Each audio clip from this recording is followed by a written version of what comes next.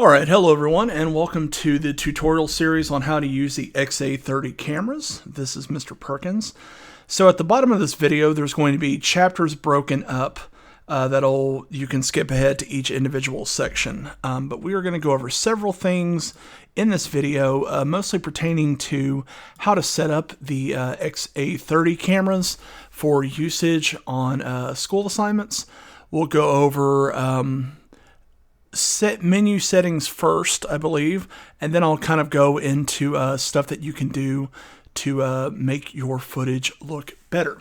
So all that being said, let's go ahead and go on to the first section. So in this first section, we're going to be setting up how to restore settings on the camera to factory specs. So the first thing you'll want to do is hit the function button at the top left of the screen, and then hit the menu button. And factory settings will be over in the wrench section here. You'll want to go all the way down to the bottom.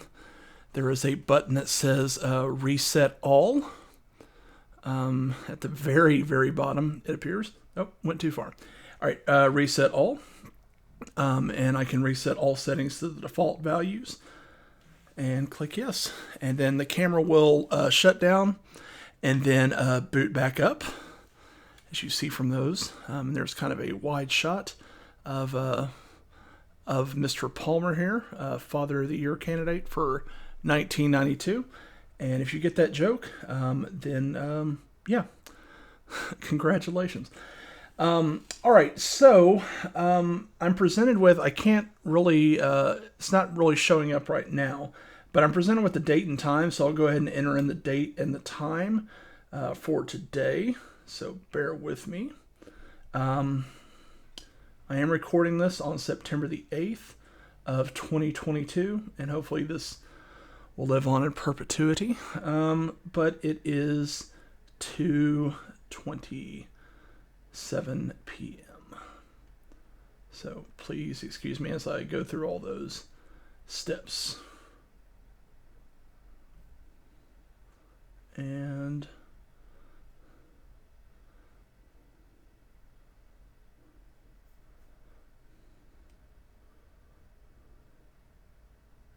so that'd be 14:27 in military time. All right. And here is my shot of Mr. Palmer. So to make sure that you can see what I'm doing, I'm going to go ahead and go into the menu and turn on-screen display. So again, hold for a little bit if you don't mind. There we go. Output on-screen displays. Turn that on. And now you're able to see where I'm at. So you will notice that if you looked in here before that a lot of different things have changed. So we're going to go through a lot of these menus and walk you through what each function is, as if we're starting from a completely clean slate. So first up is the film strip. I'm sorry, the camera settings. In here, things that you'll want to make sure that you have turned on. I would recommend, unless you are in a hurry, which you shouldn't be, but if you've taken the effort to put the camera into manual mode, and I'll flash a picture up here of what that looks like on the side of the camera. If you've taken the time to put the camera into manual mode, instead of putting it into either auto or cinema, you'll want to have greater control over the camera than what is given to you by default. So I'm going to go ahead and go to my autofocus mode, and I'll change this to just normal AF. In a minute, I'll switch over to purely manual focus on the camera and show you how that's done. All of these other things seem to be okay. ND filter is set to automatic. I believe that I would like to turn that off. So I can go ahead and set up the neutral density on the camera the way that I would like to. I don't really need neutral density in the case of what I'm doing right now because I am shooting fully indoors. Neutral density functions as essentially a pair of sunglasses for your camera that allows it to it shields the sensor a little bit from a lot of overexposure issues. and it also helps preserve the life of the camera. So if you're shooting outdoors, you should be using neutral density unless it's nighttime. But if you're shooting indoors, you will not need neutral density turned on. There is not a conversion lens on this camera. I'll turn IR light off. Will not be using infrared recording. Channel 2 input. This is referring to audio. We will just change that to input 1 so that it duplicates it on the camera. That way you have, well, actually let's leave that as input 2. So for the time being. The application for that is that if you have only one microphone plugged into channel 1 up on the top of the camera, and again I'll flash a picture of that real quick, then you would want to have the audio split across both channels. But I think for our purposes, for the Video 1 class, you would want to just leave that option set to input 2, and you can duplicate the audio channel over in post-production. We're not going to apply any mic input trimming. And I don't think we need to have Wi-Fi turned on. Yeah, we won't use Wi-Fi for that particular thing. So that is the basic setup of stuff that you should have inside the camera area. Next we'll go to the film strip area, and we'll start a new chapter for that.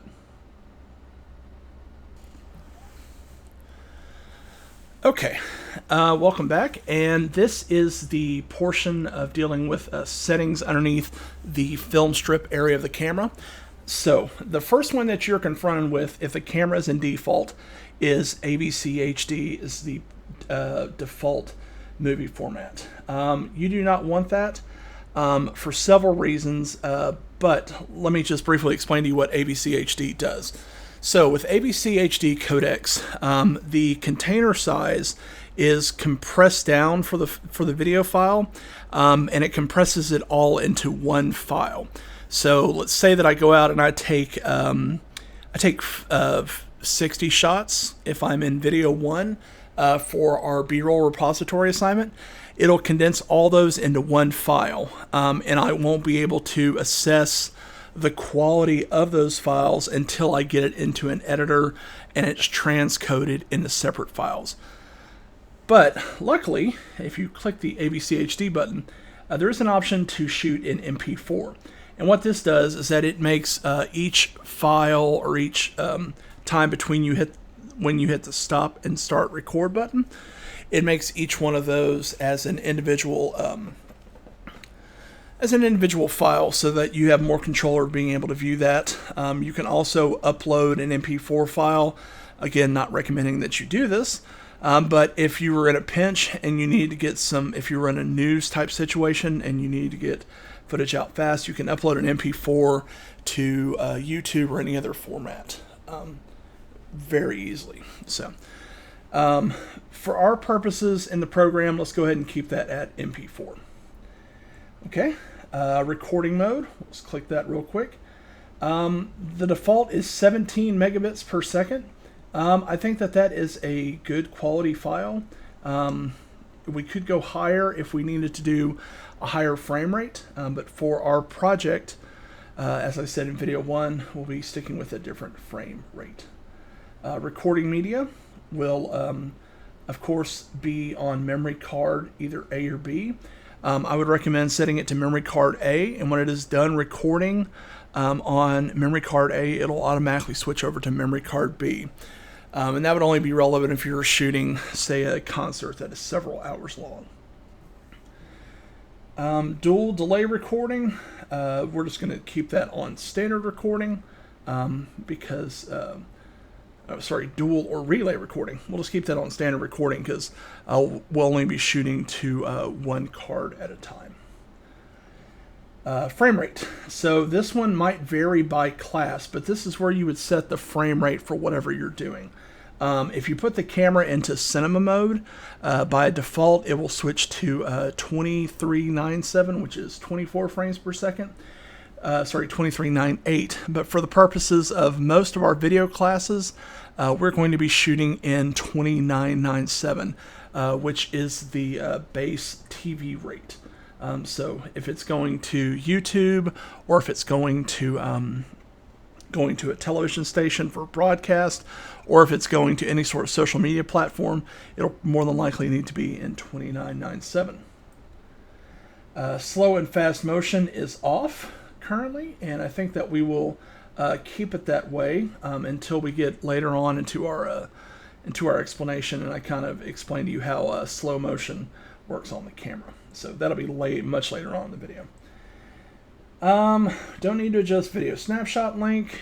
We don't need to change the time code mode either, or run mode. Let's see. Color bars are off. We've turned tone off as well. And file numbering would just be continuous, meaning that the first file that I'll shoot, since the camera has been reset, will more than likely be mv001.mp4. And then the next shot I take will be mv002.mp4. And it just keeps that file numbering in place. I can click here to see the available space that is available on my memory. I currently have a Class 10 SD card inserted with 16. It's a 16 gigabyte card.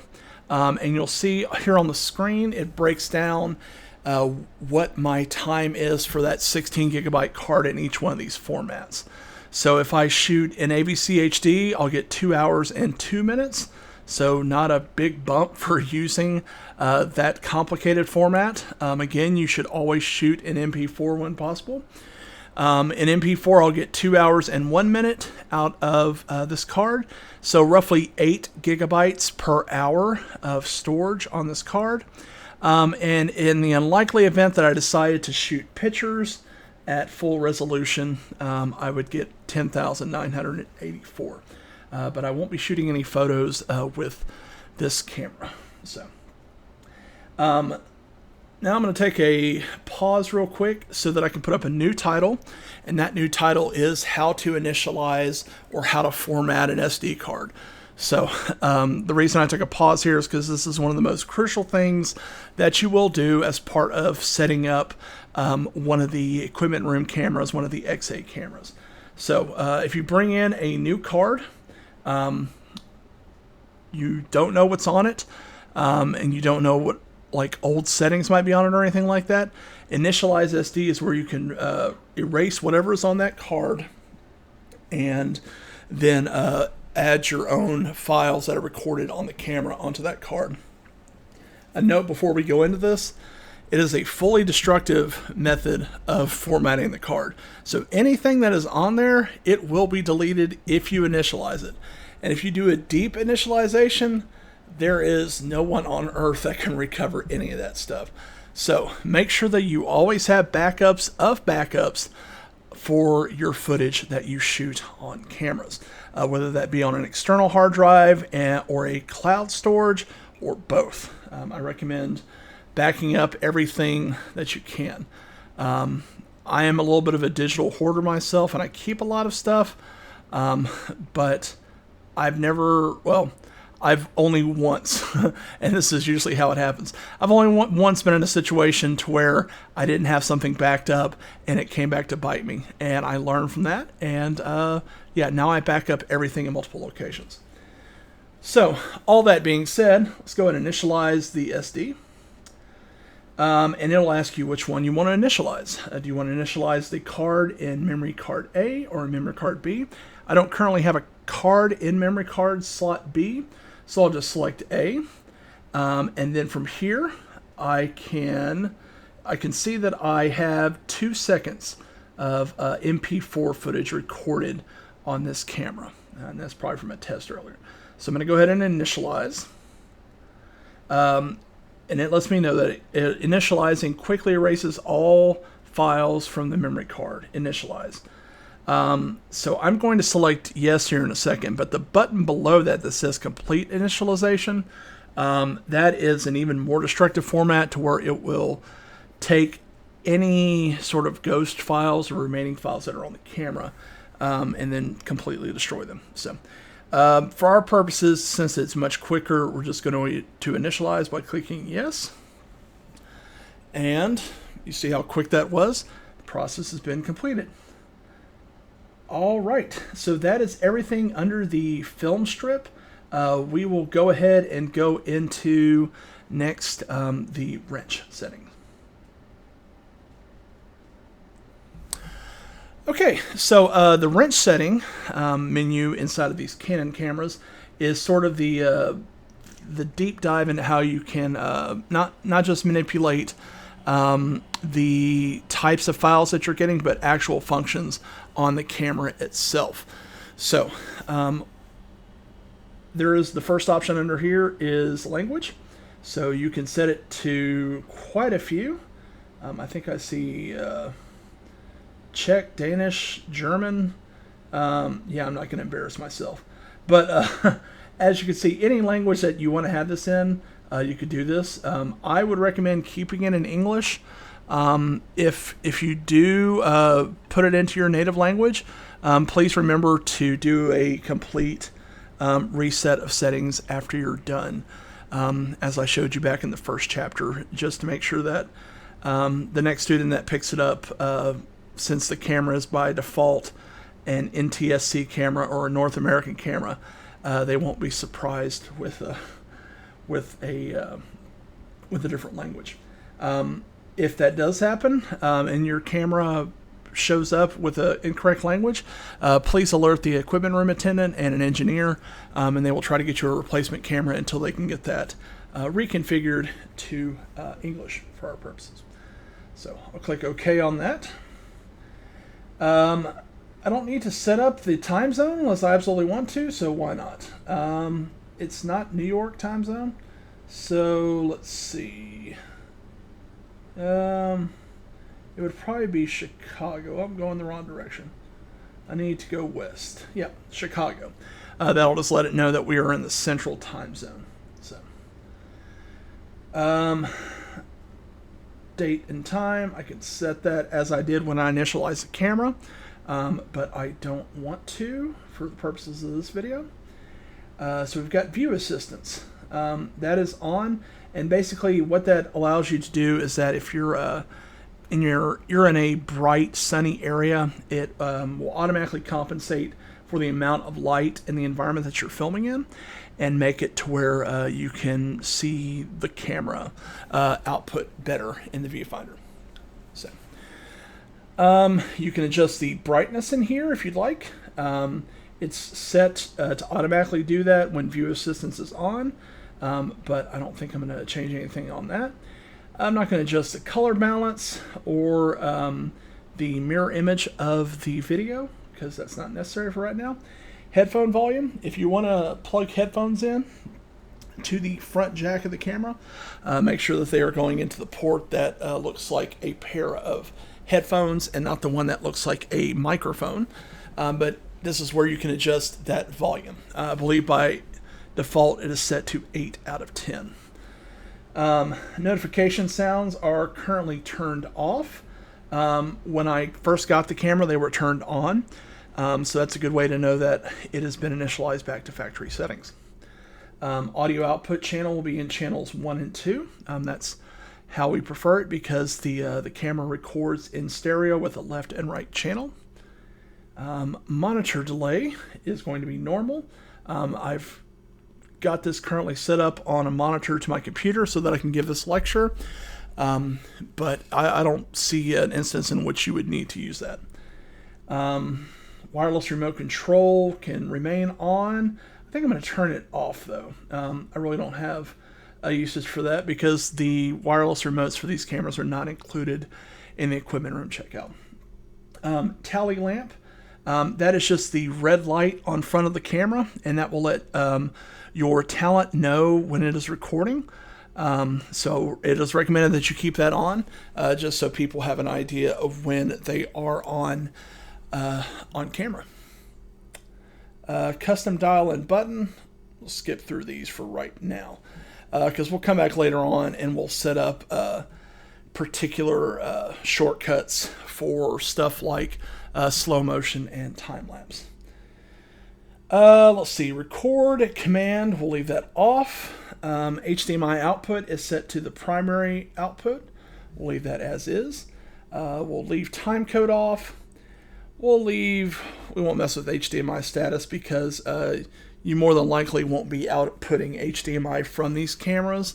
If you are outputting from a camera, it's recommended that you use the XA15s instead of the XA30s, since the XA15s have an SDI port. And just to make it easier when you're requesting those items in the EQ checkout system, the XA15s are in blue and black backpacks, and the XA30s are in red and black backpacks. Although the XA15s are normally just used for studio productions. So, studio and mobile productions, I should say. Output on-screen displays, I'm going to leave that on, but for your purposes, it should be off. And let me show you why it should be off. Because if I go to off, then it doesn't show anything. This is how you want your video to look. Well, this particular shot isn't how you want your video to look, but you want to have a certain, or you don't want to have all the information that's around the top of the screen. So if I click that on, you'll notice it takes me into this, and if I get out of the menu completely, it puts all that information around the top and sides. So we don't want that on for when we're recording footage. But as I said, I'm going to leave it on for the purposes of this video, but always make sure that it is set to the off position. So go back into function and menu and go down to that. Oh. The only bad thing about these being a touchscreen is that my rather large thumbs do not agree with it at times. So, distance units, we'll leave this in feet. If you want to change it to meters, you can just click that and change it to meters. We'll leave backup menu settings alone. Don't need to mess with the MAC address. Don't need to show the certification logo. And, okay, so that is everything that we need to cover from the menu structure as far as this. So I'm going to go ahead and take a pause right here on this video, and then I will come back with another video that applies specifically to how to do or how to shoot video with these cameras. So we'll see you in a minute for that.